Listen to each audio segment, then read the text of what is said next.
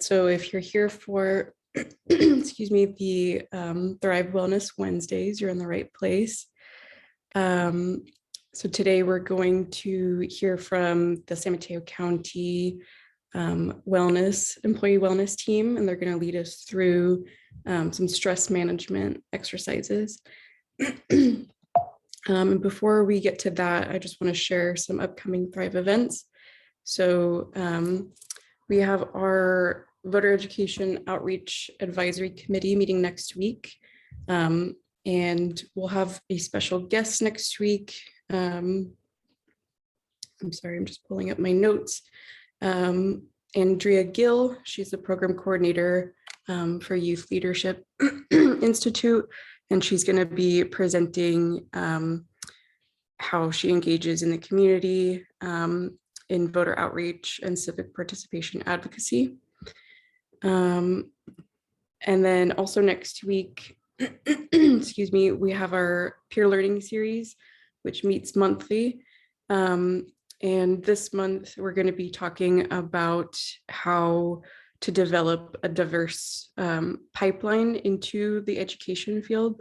So how to build opportunities to inspire the next generation of leaders and teachers in the education field. And then lastly, our Environment and Sustainability Thrive Action Group will be meeting on the 17th. And this is going to be about legislative updates and excuse me, advocacy opportunities. So as legislative sessions are in full swing, it's important to just know how to keep up to date with opportunities for advocacy and legislative updates in general.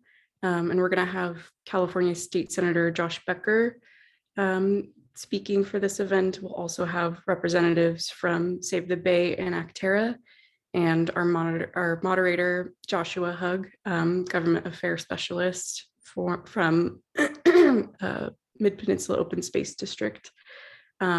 And this event's going to primarily be focused around certain focus issues like microplastics, housing density, wildfires, and how to get involved in the legislative field. So Alyssa Stanford is the wellness program manager for the San Mateo County employee wellness team, and she has been kind enough to lead us through some exercises for wellness-based events in the past a few times, and they've been really successful. And if she's ready, I would love for her to jump in and get started with our stress management exercises. Good afternoon. Let me make sure you can see me. Okay, perfect. So I think you all saw the agenda for today. We're going to start off with some stretching for about 15 minutes. One of the things that we are hoping to accomplish with this self-care series is teach you some strategies that you can incorporate in your daily life, particularly your work day. So as we're all out working in the community and doing the work that we're doing, it tends to be kind of taxing on us emotionally, sometimes physically. And so we want you to build in breaks to take good care of yourself and to kind of decompress and get out of that stress response, that fight or flight. So the stretches that we're going to do together right now, you can totally do in a chair, or you can even do it if you're out in the field and you just pull over and do it using your car, your trunk, a curb, a park, and oh good, I'm spotlighted so I can see myself too. And if you have any questions while we're stretching, if you need modifications, or if you have any questions about what we're stretching, or if you feel pain or anything, feel free to unmute and yell at me. I'm going to have some very gentle, kind of relaxing music going on in the background to make sure that we're able to fully relax and get full benefit from these stretches. So just unmute and yell at me in case I don't see messages or I don't hear you. Okay, so ideally we're standing, but again, most of these, if not all of them, you can modify to be done in a chair. Oh, you know what? I think I need to actually take my background off so you can see me. Yeah, here we go. So the first thing that I like to do when I kind of get up on breaks or on my lunch is to just spread my feet about hip width apart and are ready to kind of start opening up the body, because the front of our hips get really tight when we're seated a lot or when we have long commutes. So first I like to just step those feet out wide and kind of open up those hips a little bit. Then if you've ever taken a group exercise class, oftentimes the warm-ups begin with reaching your arms up overhead and taking deep breaths. I like to do that as well. So we inhale our arms up, exhale them down. And we're going to do that 2 more times, taking really, really big breaths. Inhale the arms up, exhale down. Good, last one, we're going to inhale the arms up. And this time when we exhale, go ahead and start reaching down toward the ground. So if you're seated in your chair for this, you want to scoot to the very edge of your seat, dig your heels in so you don't slide out of your chair, and reach down toward the ground in between your knees. If you're standing, I want you to slightly bend the knees so you're not hyperextending, and then drop your head and your shoulders and allow all that upper body weight to pull on the back of your thighs. Then bring your attention back to your breath and make sure you're taking deep belly breaths on every exhalation, allowing your upper body to relax more fully and pull you down toward the ground, deepening the stretch of your hamstrings.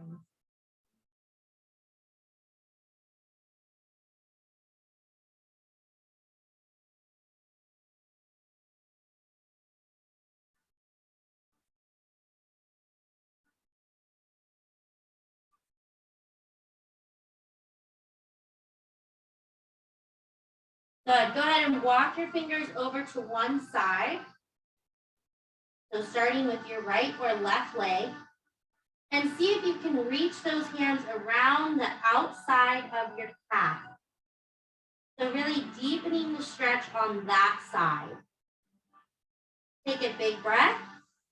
As you exhale, walk your fingers back to the middle and then over to the opposite foot, seeing if you can wrap your hands around the outside of that calf, deepening the stretch on that side.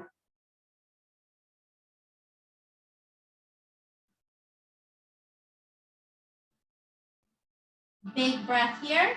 As you exhale, walking your fingers back to the middle, and then slowly, one vertebrae at a time, starting with your tailbone, start rolling back up to that standing position.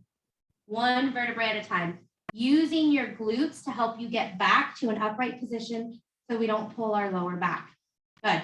Keeping the feet nice and wide, take one big step forward, and we're going to really focus on opening up that hip.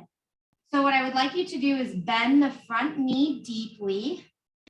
If you have a tight calf, you may also need to bend the back knee a little bit so the focus remains here in the hip and not in your tight calf.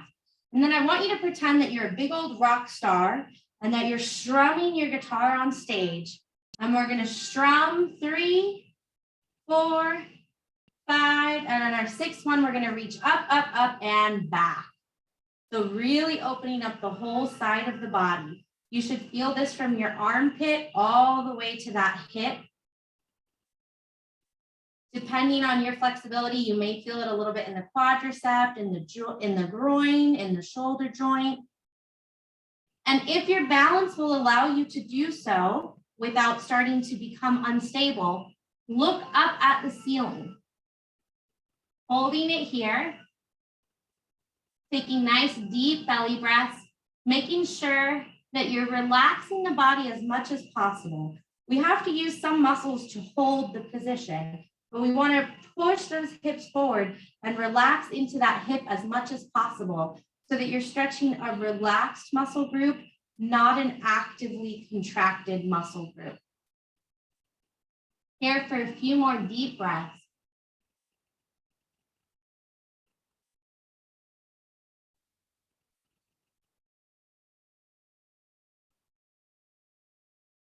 Good. On your next exhalation, bring your body back up to a neutral position. Gently float that arm back down. Straighten both legs, brace your hands on the front leg, and then bending at the hips, not the waist where we're going to hurt our back, but bending at the hips, lean forward and go back into a hamstring stretch of the front leg. Now remember, if you're in a chair, you don't have a lot of space, or you're out somewhere, you're not in your office, you can sit on the edge of your chair and reach the outer leg back, and open up your hip that way. You do not have to be standing.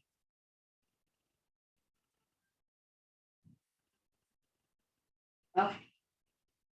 All right, so we're here, both legs are straight. We're bent at the hips, not the waist. We're bracing ourselves on the front leg so we don't pull that hammy or our lower back.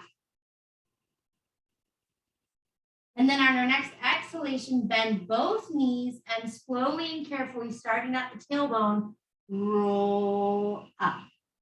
Good. Bring your feet back to that shoulder width apart position. Shake out the legs, take a big breath. And now we're going to step forward with the opposite leg.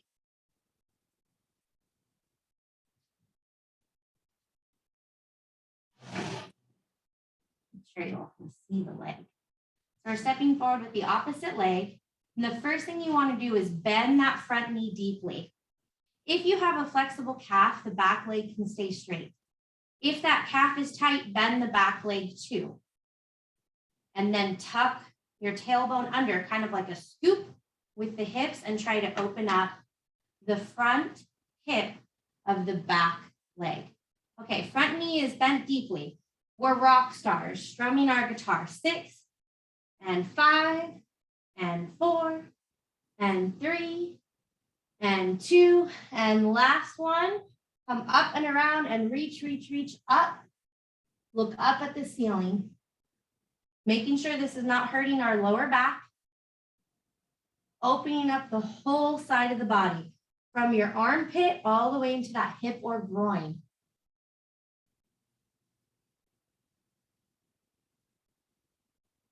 Good. When you're in this stretch, remember some of our muscles are working to keep us in this position. So you want to make sure that while you're doing that work, you haven't started taking shallow breaths. We're taking deep belly breaths, pushing those hips forward, reaching that hand back. Looking up at the ceiling, deep breaths.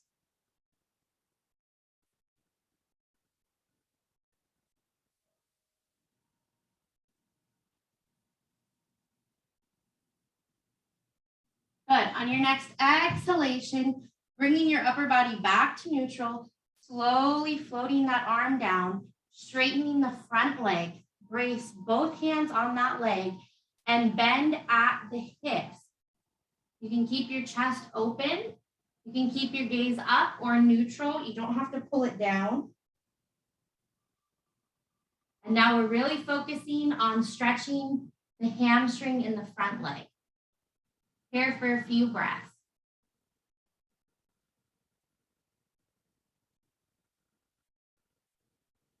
If you're someone who's done yoga before, this might kind of remind you of triangle pose or pyramid pose.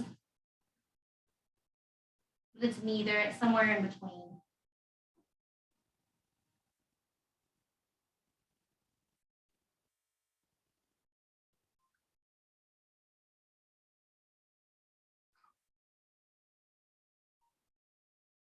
Good. On our next exhalation, bending both knees and then slowly coming up one vertebrae at a time, starting at the tailbone, engaging those glute muscles to help pop you up without hurting your back. Feet go back to shoulder width apart. Shake them out. Take a big breath. Now I want you to walk your feet out, heel to toe, into a wide stance that's comfortable for you. Not so wide that you're gonna accidentally end up in the splits, okay? So be careful with whatever footwear you're wearing. And then again, bending at the hips, not at the waist where we're gonna hurt our back. Bending at the hips, I want you to stick your bottom way out, counterbalance with your chest, and I want you to start stretching out both hamstrings And then bend one knee and transfer that stretch into your inner thigh.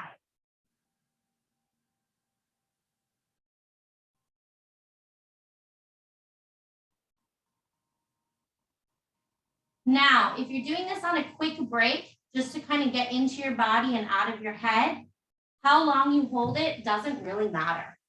It's all about trying to release some tension and some stress, being present in your stretches. If you're actually trying to increase flexibility, you have to hold the stretch for a minimum of 20 seconds.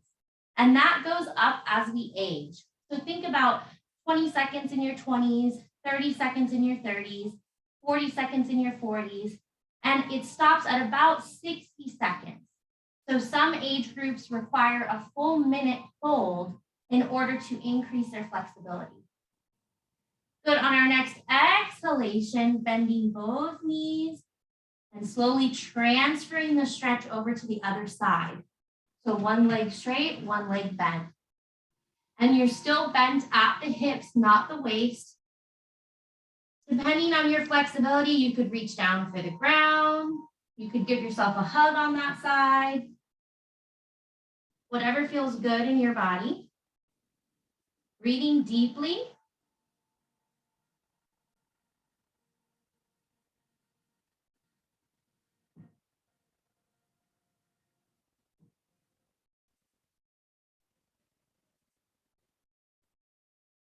And when we think we've gotten to at least 20 seconds, on your next exhalation, I want you to place your hands on the ground if you're able to. You might have to be on your knees. Bend both knees and get your hands back to the middle of your feet or a more neutral position. Both knees are bent. Take a big breath all together. And as we exhale, come up one vertebrae at a time, starting at that tailbone. Okay, let's move into upper body stretches. Shake out the legs. Take a big breath. Okay, the first thing we're going to do, reminding you of what we did earlier, where we inhaled the arms up, but we're going to break them apart. So we're inhaling the arms up. And as we exhale, we're going to come into these double L's. And then our fingertips are going to reach back, back, back, back. We're going to look up at the ceiling and start opening up the front of the chest, the front of the shoulders, the front of the throat. Areas that get really, really tight when we sit a lot, when we have long commutes, when we're looking at phones, papers we have to read, books, emails, looking up at the ceiling.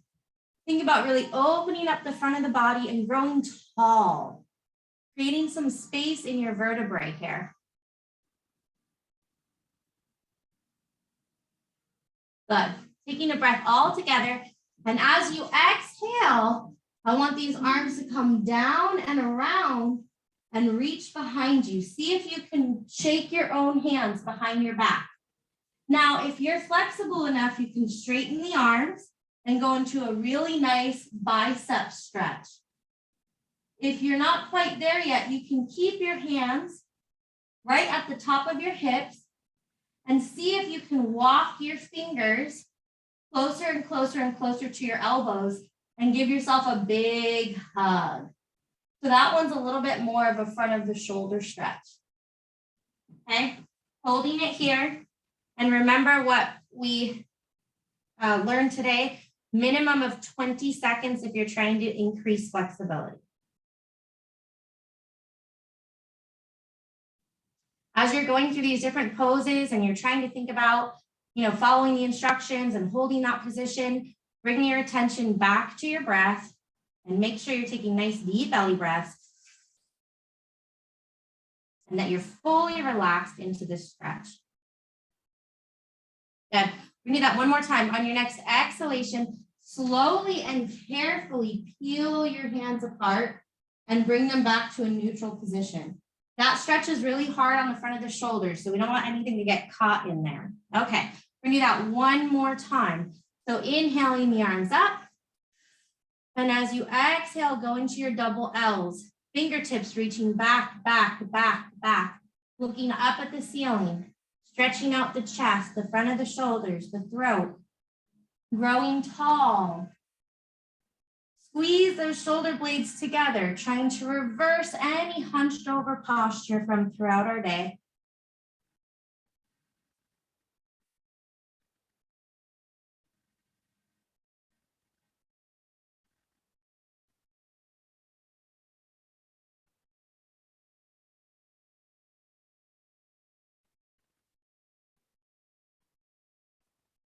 Good. When we think we've gotten to at least 20 seconds, we're going to inhale all together. And as you exhale, gently drop those arms and reach behind your back.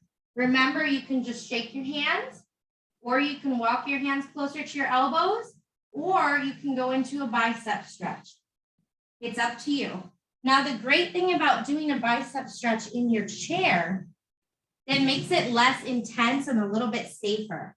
So if you're at the edge of your seat, you can grab the sides of your chair so your hands aren't clasped together, and you can lean forward and walk those hands up as far as you can, and you can get a nice deep bicep stretch without some of that discomfort of a standing position.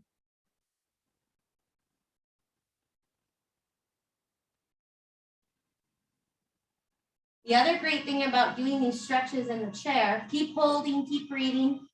If you were doing the stretch we did earlier where the arms come up and we break them apart, depending on where your chair hits your body, you might be able to hit right in the middle of the back and then open up the ribs and the chest even more. So that's kind of an added bonus when you're in your seat. You have to be careful with that one because that's a deep, deep stretch. And it should hit you right under the shoulder blades. Okay, so we're still here. Couple more breaths.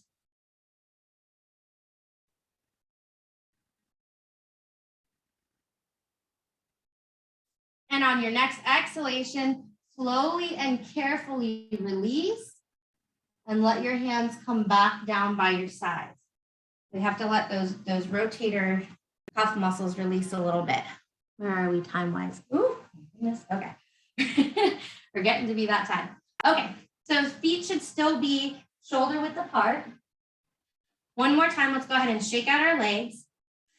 Take a big breath. Good. I want you to start with your hands on your chest, fingers interlaced. We're going to inhale all together. And as we exhale, push away from your body, drop your head and stretch those shoulder blades apart. Okay, so from the side, it should look like this. See how I've got this nice hunchback going here? So drop your head, pull those shoulder blades apart. The complete opposite of what we did a couple minutes ago with the double L's. Good. Inhale back to center right here on your chest. Exhale, push up, up, up, up, up toward the ceiling.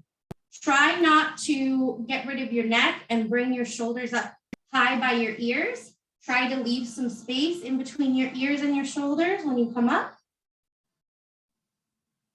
Good. Reaching up as high as you can. Stretching out more parts of the back and shoulders. You can keep a neutral neck or you can look up at the ceiling. It's up to you. And you can keep a neutral lower spine, or you can bend your knees a little bit and arch your lower back. Whatever feels good for you.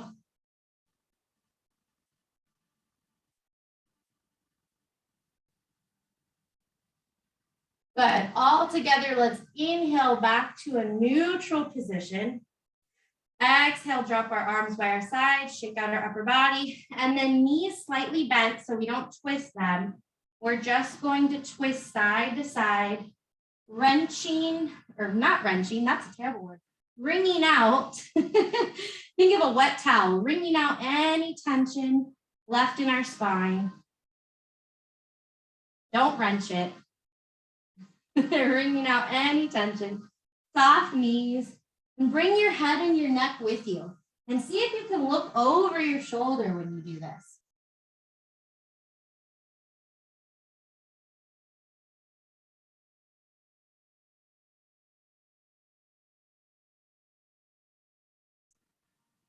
Good. Okay. Shake everything out one more time. Shake out arms, shake out legs.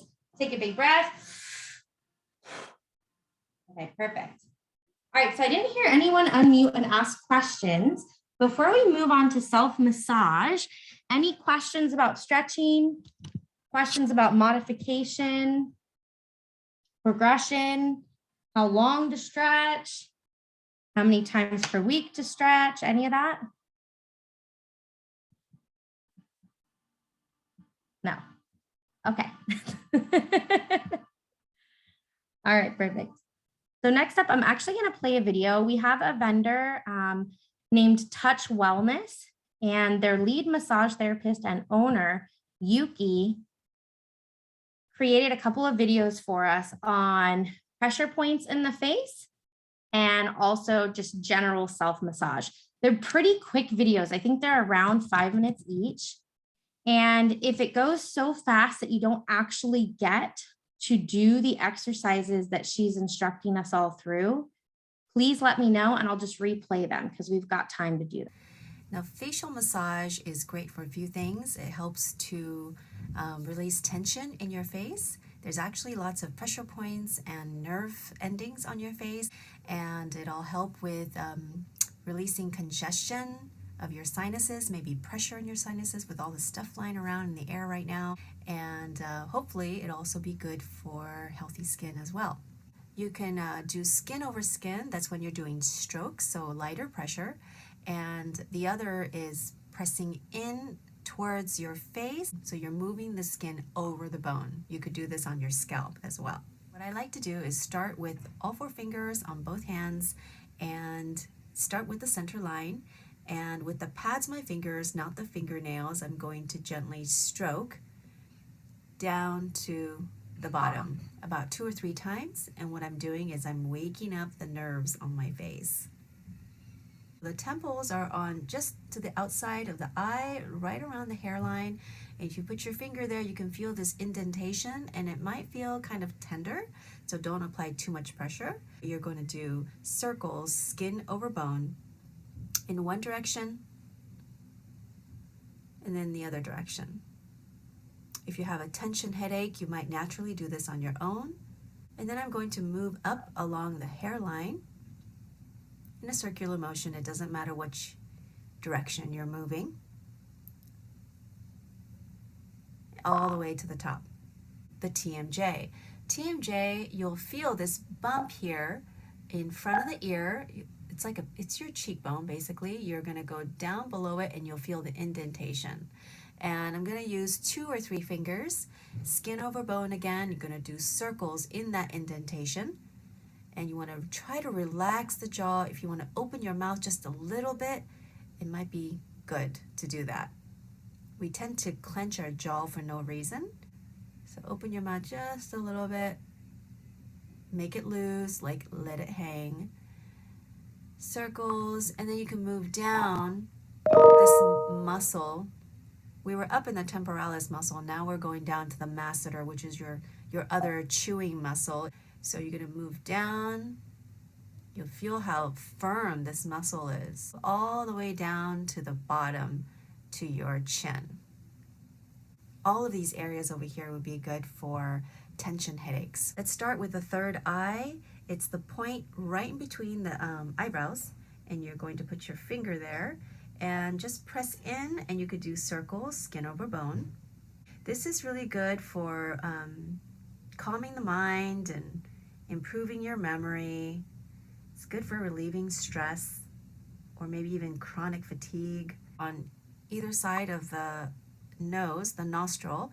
And if you're just right up against your nostril, not far out here, but right next to it, and put your fingers in, you can feel the small indentation, and you're gonna press in. You can also use your thumb if that's what you like, but I'm going to put my head down, so I'm letting the head drop into the point. And then you can also move down to this, another point here, from the corner of the eye down past your cheekbone, and it's also the halfway point between the corner of your mouth and your earlobe. This is a great point for toothaches. And again, I'm using my thumbs and I'm leaning right into it. And then at the end, you can rub either side of the ears. You can do this or you can do this. It's up to you. I'm going to do this. And basically, I'm going to go up and down either side of my ear and rub up and down. And if you want, you can also open your mouth just a little bit so you feel the loosening of the jaw. And look up. If you'd like, you can finish off with some tapping. Tap, tap, tap, tap, tap. This is also really relaxing for the nerves on your face. You can do it like the way I'm doing now, or you can do it like this with all 4 fingers simultaneously.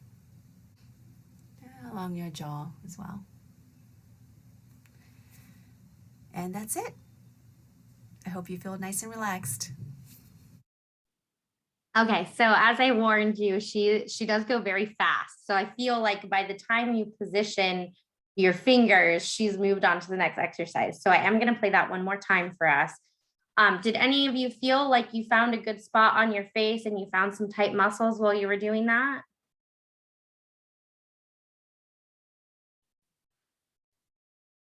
It was super surprisingly tight in my cheek area, and that felt really good to massage out.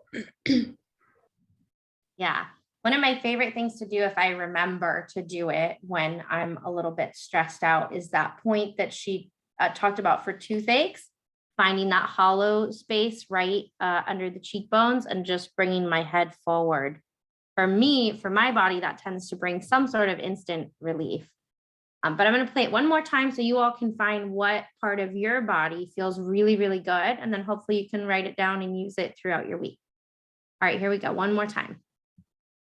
Hello, it's Yuki from Touch Wellness, and today I'd like to show you some facial massage techniques. Now, facial massage is great for a few things. It helps to release tension in your face. There's actually lots of pressure points and nerve endings on your face, and it'll help with releasing congestion of your sinuses, maybe pressure in your sinuses with all the stuff flying around in the air right now. And hopefully it'll also be good for healthy skin as well. You can do skin over skin. That's when you're doing strokes, so lighter pressure. And the other is pressing in towards your face, so you're moving the skin over the bone. You could do this on your scalp as well. What I like to do is start with all 4 fingers on both hands and start with the center line. And with the pads of my fingers, not the fingernails, I'm going to gently stroke down to the bottom about 2 or 3 times. And what I'm doing is I'm waking up the nerves on my face. The temples are on just to the outside of the eye, right around the hairline. And if you put your finger there, you can feel this indentation and it might feel kind of tender. So don't apply too much pressure. You're going to do circles, skin over bone, in one direction and then the other direction. If you have a tension headache, you might naturally do this on your own. And then I'm going to move up along the hairline in a circular motion. It doesn't matter which direction you're moving. All the way to the top. The TMJ. TMJ, you'll feel this bump here in front of the ear. It's your cheekbone basically. You're going to go down below it and you'll feel the indentation. And I'm going to use 2 or 3 fingers, skin over bone again. You're going to do circles in that indentation. And you want to try to relax the jaw. If you want to open your mouth just a little bit, it might be good to do that. We tend to clench our jaw for no reason. So open your mouth just a little bit. Make it loose, like let it hang. Circles, and then you can move down this muscle. We were up in the temporalis muscle. Now we're going down to the masseter, which is your other chewing muscle. So you're going to move down. You'll feel how firm this muscle is, all the way down to the bottom to your chin. All of these areas over here would be good for tension headaches. Let's start with the third eye. It's the point right in between the eyebrows, and you're going to put your finger there and just press in, and you could do circles, skin over bone. This is really good for calming the mind and improving your memory. It's good for relieving stress or maybe even chronic fatigue on either side of the nose, the nostril. And if you're just right up against your nostril, not far out here, but right next to it, and put your fingers in, you can feel the small indentation, and you're gonna press in. You can also use your thumb if that's what you like, but I'm going to put my head down, so I'm letting the head drop into the point. And then you can also move down to this, another point here, from the corner of the eye down past your cheekbone, and it's also the halfway point between the corner of your mouth and your earlobe. This is a great point for toothaches. And again, I'm using my thumbs and I'm leaning right into it. And then at the end, you can rub either side of the ears. You can do this or you can do this. It's up to you. I'm gonna do this. And basically I'm gonna go up and down either side of my ear and rub up and down. And if you want, you can also open your mouth just a little bit so you feel the loosening of the jaw. And look up. If you'd like, you can finish off with some tapping. Tap, tap, tap, tap, tap. This is also really relaxing for the nerves on your face. You can do it like the way I'm doing now, or you can do it like this with all 4 fingers simultaneously along your jaw as well. And that's it. I hope you feel nice and relaxed. Awesome. Okay. So hopefully you found a couple sticky points in your face from Yuki. What I like about the self-massage video that she made for us with just the face is it feels very realistic to do anywhere. It's not like you're doing, you know, a leg massage or a glute massage or any, you know, lower back massage on yourself, which may require a certain space to do it in, but you're just kind of going through any tension that you might be holding in your face. Someone asked if we're going to have links to this. Yes, I'll make sure that you have access to her facial massage video and then an acupressure video that she does also on the face. And then in a little bit, we will go over her butterfly hug video, which is not a type of massage. It's an acute stress technique. We'll talk about that in a little bit, but I'll send you all 3 of her videos. Now I choked on my own word. The great thing about our relationship with Touch Wellness is due to the pandemic, a lot of our on-site massage therapy services turned to a virtual format. And so they're already geared up to create any custom videos that we need throughout the year. So if this group has any special requests, I'm happy to go ahead and use what's already built into our contract. It's not an extra thing for us to make some additional videos that can be shared out with you. So if you have ideas, drop them into the chat and I'll ask Yuki to record it and share it out. Okay, how are we feeling so far? Are we still awake and ready to go into our mindful art?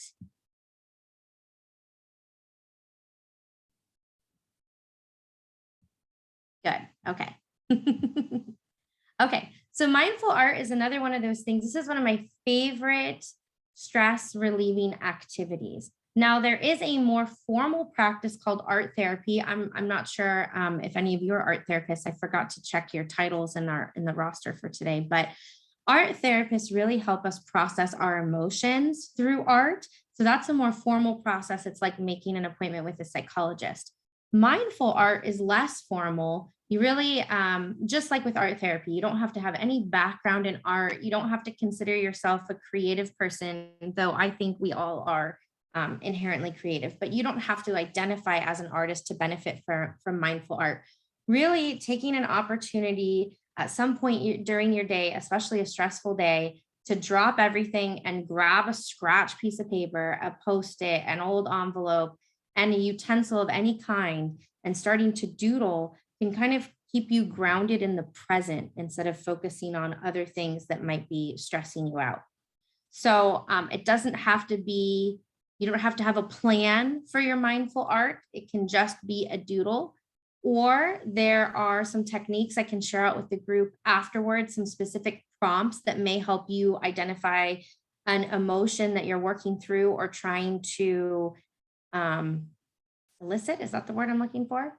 So if you want to get to a more relaxed state, then you can try and do a relaxation mindful art piece. Or if you're trying to go through the emotion of joy or the emotion of grief or sadness or whatever, there are prompts online that will guide you through that. So today we're going to go through the emotion of calm all together as a group. The only thing that you need is a piece of paper and a pencil. If you would like to grab colored pencils, markers, highlighters, you can. If you would like to save paper and just open up Paint on your computer or a virtual whiteboard, you can do that as well. However, I will say it's most effective if you can have something in your hands, and you'll understand why at the end of the exercise. So I'm going to give you all a couple of seconds to grab a piece of paper and a writing utensil.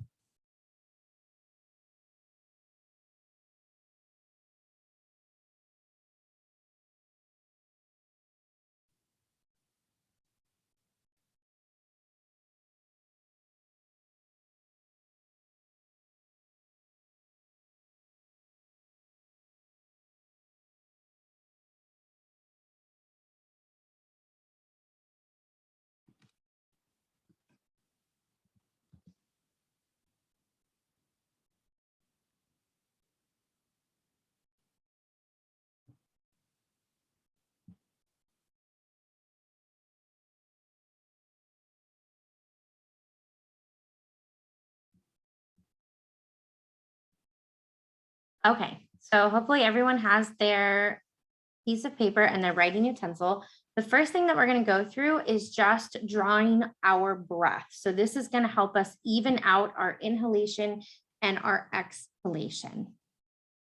So I'm going to go ahead and share my screen. I'm going to use a whiteboard. It makes it a little easier for you to see what I'm drawing instead of trying to angle a camera down on paper. But again, I encourage you to actually use a sheet of paper or a scrap paper and a pen or pencil. Okay, so here we go.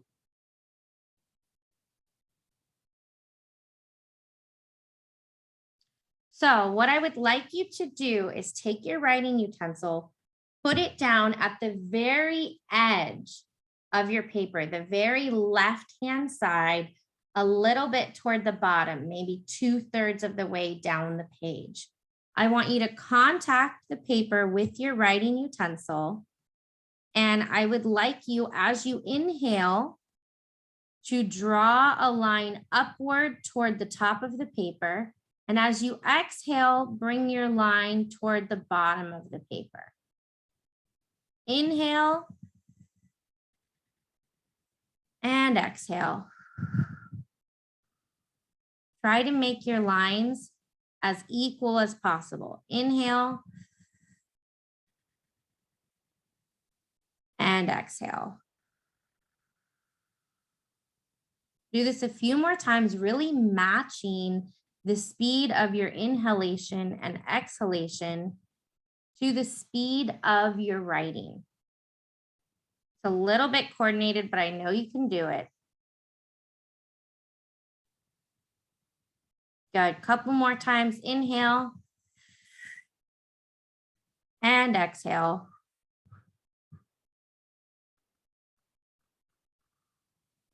Now I want you to try and lengthen those lines. So we're trying to slow down our breathing rate a little bit. Inhale as high as you can get to the top of your page. Exhale as far down as you can go to the very bottom of your page. Inhale.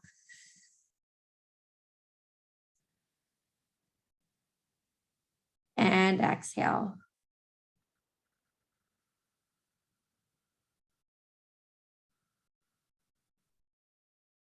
Now, for many of us, it's much harder have a slow and controlled exhalation when we are in a state of stress. So really focusing on a slow, long, and complete exhalation will help slow down that overall breathing rate. And it'll also help us get more carbon dioxide out of our bloodstream, which in turn also lowers your breathing rate. Inhaling, following your pencil on paper as high as you can go on your page. Exhaling. Now, if your lines ended up a little bit wide, flip your paper over and keep going. Try not to pause the exercise. We want to see if we can get at least 20 slow, deep breaths. Good. Inhaling.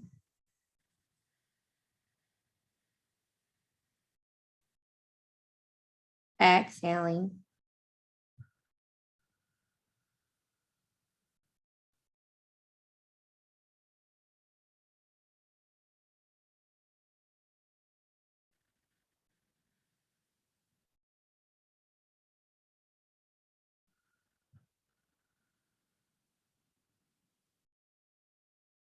Good. As you're connecting your pen or pencil to the paper, trying to even out the length of your inhalation and exhalation, see if you can close your eyes and still make your way through drawing your breath.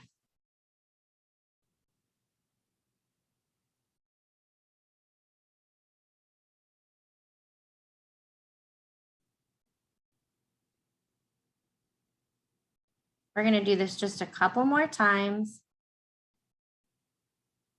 A nice big inhalation and exhalation.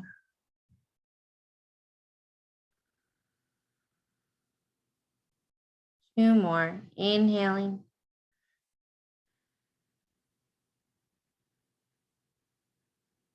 And exhaling.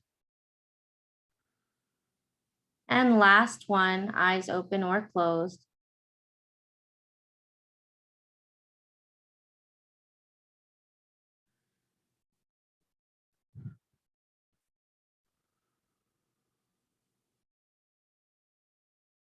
Perfect. Okay.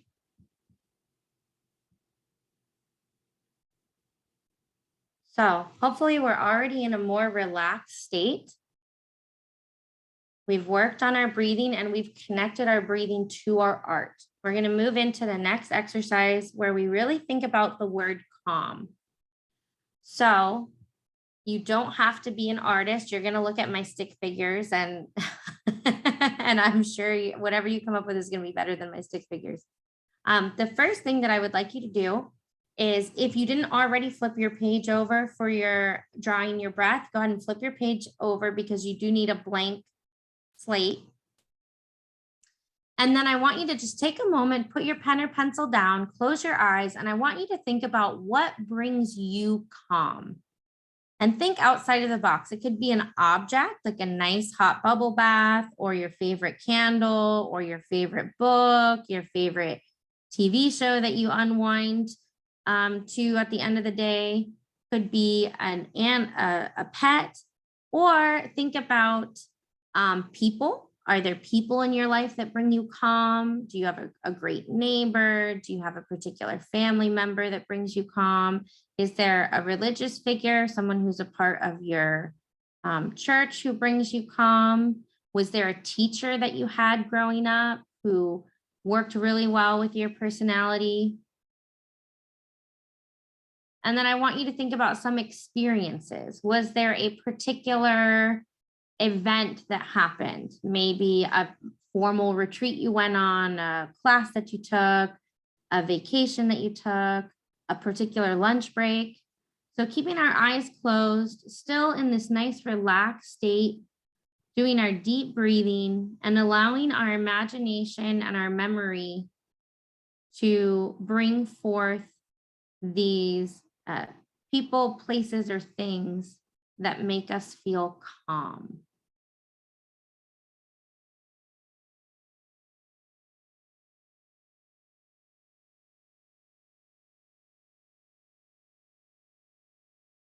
Good. Okay, so I'm going to give you just a few more seconds to think about what your version of calm is. I'm going to put on our light background music again, and I just want you to start drawing some of these things out. Okay, so drawing some things that make you feel calm.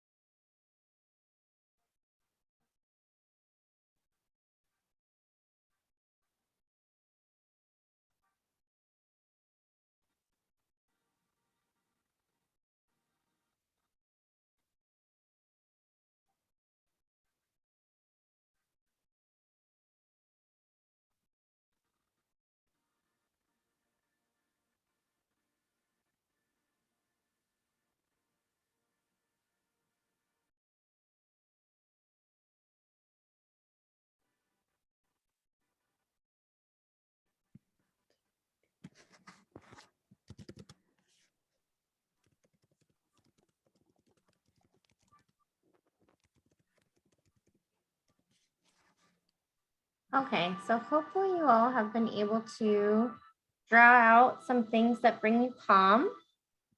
For me, I drew out, I don't know if any of it is legible, but we've got the ocean.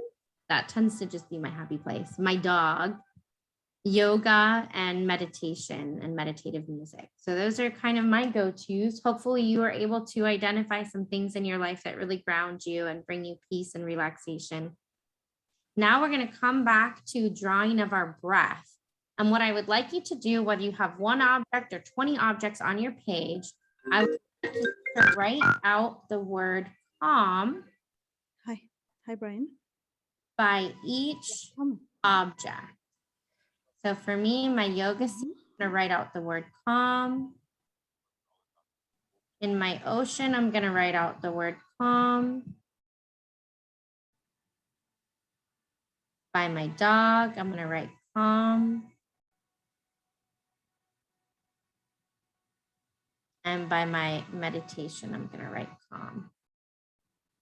And then what I would like you to do one by one is take your pencil or pen, and as you trace the word, I want you to inhale calm.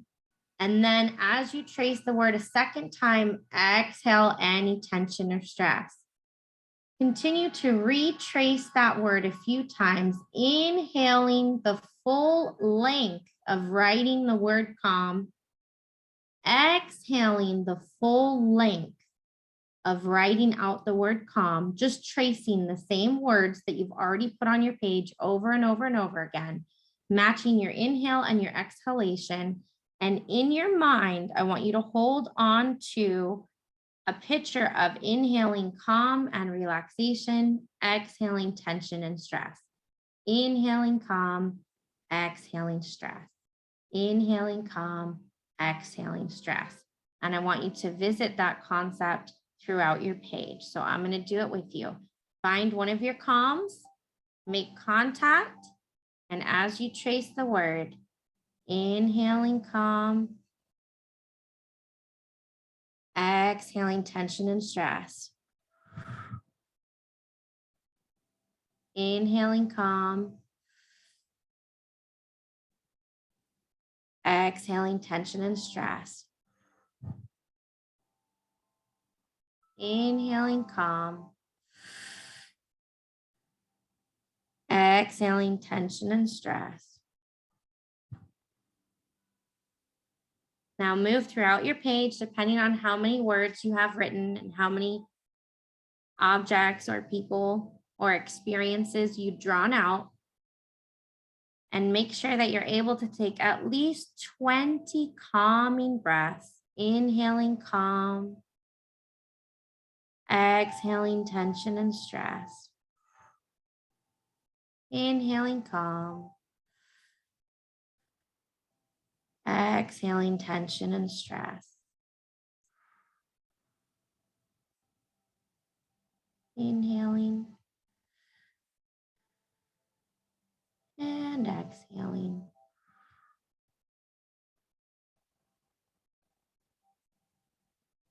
And make sure that you're still matching your breath to your writing.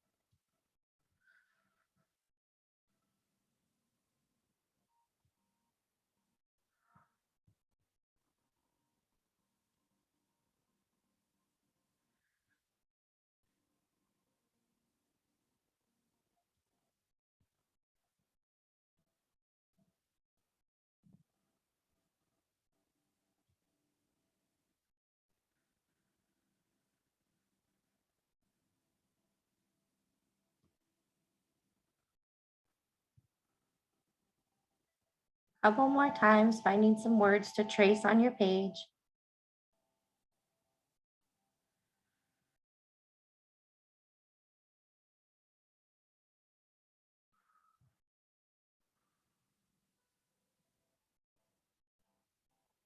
Now think about a particular piece of stress that you've encountered in your week. And with your next breath and tracing of the word calm, I want you to think about inhaling good health, relaxation, a state of calm, and exhaling whatever that little piece of stress was. Maybe a hard conversation, a heavy workload, a sleepless night, something popped up in your personal life.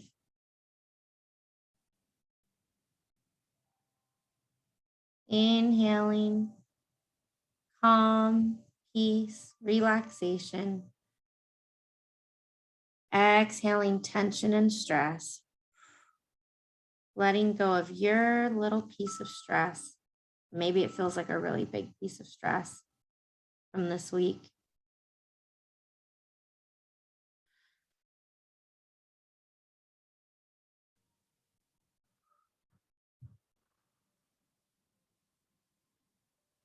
Good. Okay. Next, I would like you to go ahead and put your pencil down. And this is why I said it's preferable to have a sheet of paper. I want you to spread your fingers wide and place your hands on your artwork. I want you to take a moment, see your hands connected to your people, places, and things that bring you peace. And then I just want you to take a moment here and ground yourself on this page. The fingers are spread wide, every inch of your palms and fingers and fingertips pushing into this page. Taking nice deep breaths and connecting with your art and all the things that bring you calm, that center you. The eye in the middle of the storm. Drawing calm, peace, relaxation, and strength from what's on your page.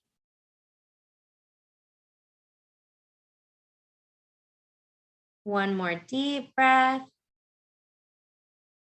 Long and slow exhalation. And then you can slowly blink open your eyes and let go of your art. Okay. How was that? Was that fun? Did you feel like you were really able to kind of concentrate on your art and be here with me? Do you feel a little bit more relaxed? How are we doing out there?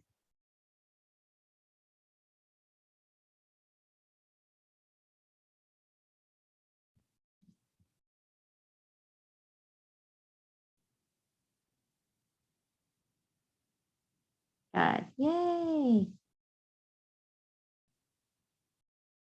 I agree. Yeah. And we really get to get into that childlike state. We get to be creative and take ourselves into a space that we sometimes forget to go into as we get older. So good. I'm glad you got benefit from that. And again, a mindful art, it does not have to be a very formal practice. It can just be taking a couple of minutes after a stressful meeting or a day that we had to work through lunch to just doodle some things. Just doodle some things, decorate a page, and be there in that moment with your art. Take some deep breaths. Okay, awesome. I'm glad that worked for you. So you had some stretches, you learned some self-massage, you learned some mindful art. The last thing that I just wanted to talk to you all about is acute stress. There are two different types of stress. Some of you or most of you may already know this. There's acute stress. So that's like you just got into a fender bender and you're shaking and you're freaking out. And then there's chronic stress, which is, something where over time you're getting repeated exposure, repeated negative and positive experiences cause stress sometimes too, like a promotion, getting married, things like that.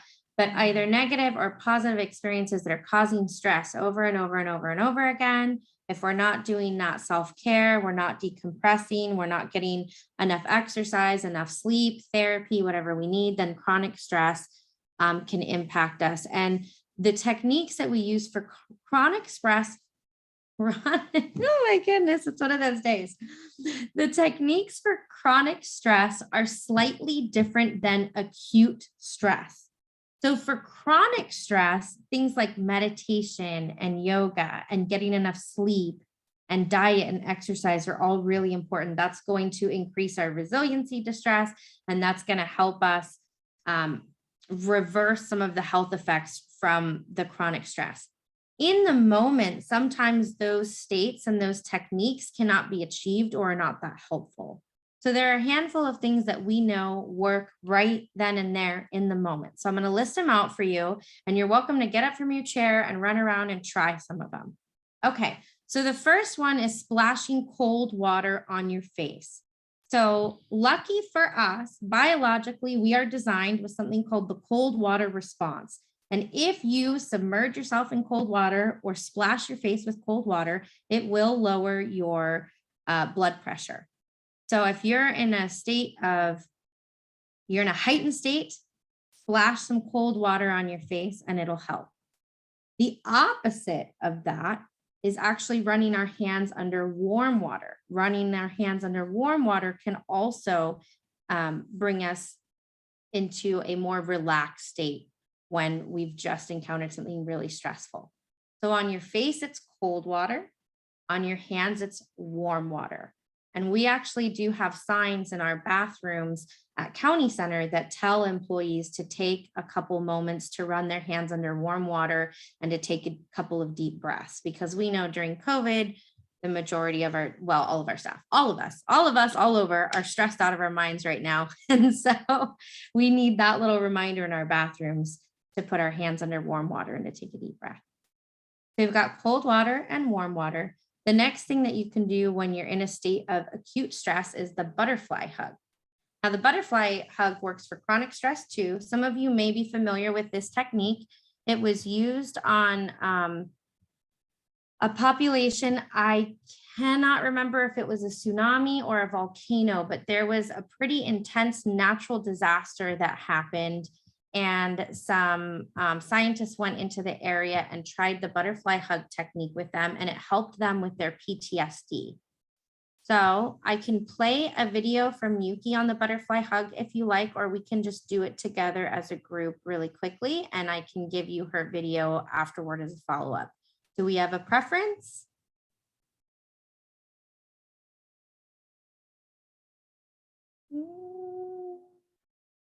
Video. Okay, let's do it.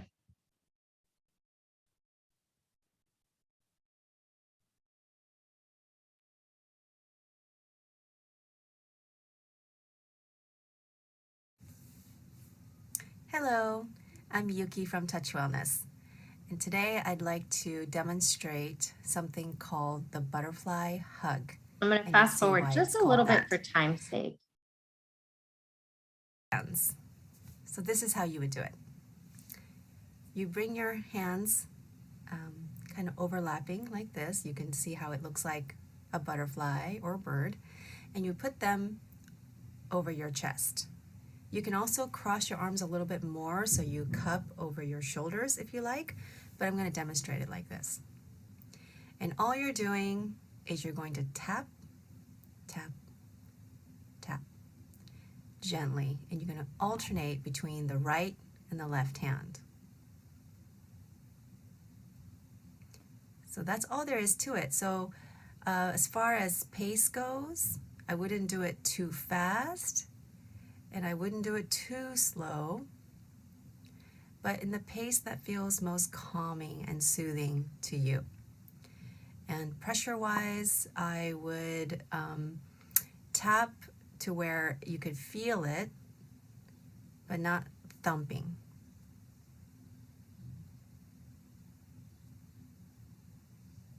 And that's it. You just keep tapping right and left. And you can do this as long as you feel like you need to. Pay attention to how you feel. You might notice a shift happening inside. Maybe you are starting to breathe a little bit more slowly. Maybe your heartbeat has slowed down a little bit. And maybe the chatter in your mind has started to quiet down. but overall, you'll start to notice a shift in how you feel, how calm you feel.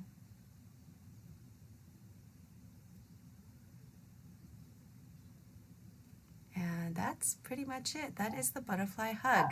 Like I said, you could do this crossing your arms like this more, and you can tap over your shoulder as well.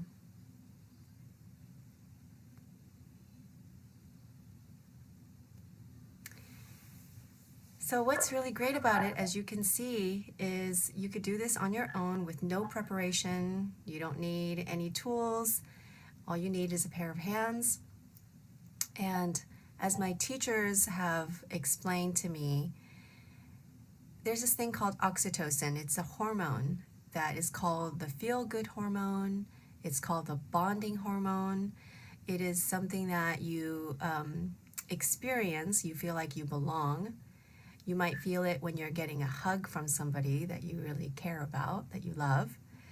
But it is increased when, you feel this connection with somebody. And what I learned is that this bonding hormone, this connection, feel-good hormone, can be increased by giving yourself touch. In other words, your brain doesn't know the difference between the hug that you're getting from someone else and the hug that you're giving to yourself. So you still get the benefits of the soothing touch by doing this on your own, which is great. Okay, so for time's sake, I will pause Yuki, but I will share out all of her videos after today. So she brings up oxytocin. That's just an added bonus. The butterfly hug and some other techniques such as alternate nostril breathing, they help bring the same amount of attention and stimulation to both sides of the brain, which helps regulate us. So that's kind of the concept behind the butterfly hug, and alternate nostril breathing is stimulating both sides of the body equally and bringing you into more of a homeostasis. So another thing that we can do, if you've had a stressful incident, have any of you had something so stressful happen, like maybe a loved one passed away and you feel like you're going to pass out? You're just so stressed out, you feel like you're going to pass out. Has that happened to anyone? And you don't have to necessarily, unmute or drop it in the chat if you're not feeling comfortable today. But oftentimes what happens when we are in acute stress, it's so intense that we tend to hold our breath. And we also tend to tense all sorts of muscles in our back, our neck, our face. And when we do that, we trigger our vagus nerve. It's called vasovagal. And that vagus nerve drops your blood pressure and it makes you feel like you're going to pass out. And then that exacerbates it because now you're under a lot of stress and you're feeling like you're going to pass out and you're thinking, oh my goodness, what's going on? Am I having a heart attack? Am I having a panic attack? So in order to counteract the vasovagal, what you can do is pump your fists and your calves. And how you pump your calves is by doing a heel tap. So if these are your feet, and I don't know if you can see, if these are your, no, oh my goodness, what's happening here? If these are your feet, instead of tapping your toes like this, you're going to come up on your toes and you're going to tap your heels. You're going to tap your heels hard. Tap, tap, tap, tap, tap, tap, tapping those heels hard. You can do it standing or seated. If you're in a really heightened state where you feel like you're going to pass out, I recommend being seated, not standing.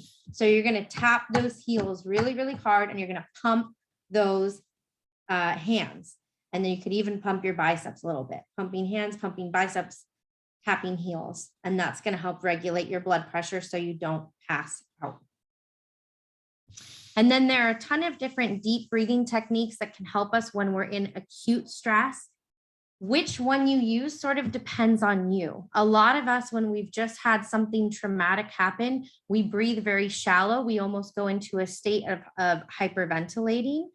And so you may have to try 5 or 10 different deep breathing techniques to figure out which one works for you in that moment. Because oftentimes it's very hard to just sort of stop everything and pull a breath deep into our belly. We just can't get into that moment. So the alternate nostril breathing that I just talked about, that's similar to the butterfly hug, is when you hold up your fingers, you close off one nostril, inhale, close off the other, exhale, inhale, exhale. Mouth is closed the whole time. Another deep breathing technique, box breathing, is when you inhale for 4, hold for 4, exhale for 4, hold for 4. You can try box breathing. The other thing you can try is inhaling through your nose, exhaling through pursed lips. That's a yoga breathing technique. So inhaling through your nose, exhaling through pursed lips, like you're blowing up a balloon. That will cause a little bit of reverse pressure, and that'll slow down your exhalation and allow you to change your breathing rate and try and get more into a deep breathing or diaphragmatic breathing pattern instead of a shallow hyperventilating state. Okay, any questions about our acute stress techniques? Cold water, warm water, butterfly hug, deep breathing, and pumping. No? Okay, well, that's all I had for you today. Thank you so much, Alyssa. This was very relaxing, and I think we all took something away today. Really appreciate you. Yeah. I'll be sure to send out the resources that you have for us, the videos, and if you'd like to share the slides, I'd love to send those out as well. Sure. All right. Thank you, everybody, for coming. Have a wonderful day. Thank you. It was good to see you all.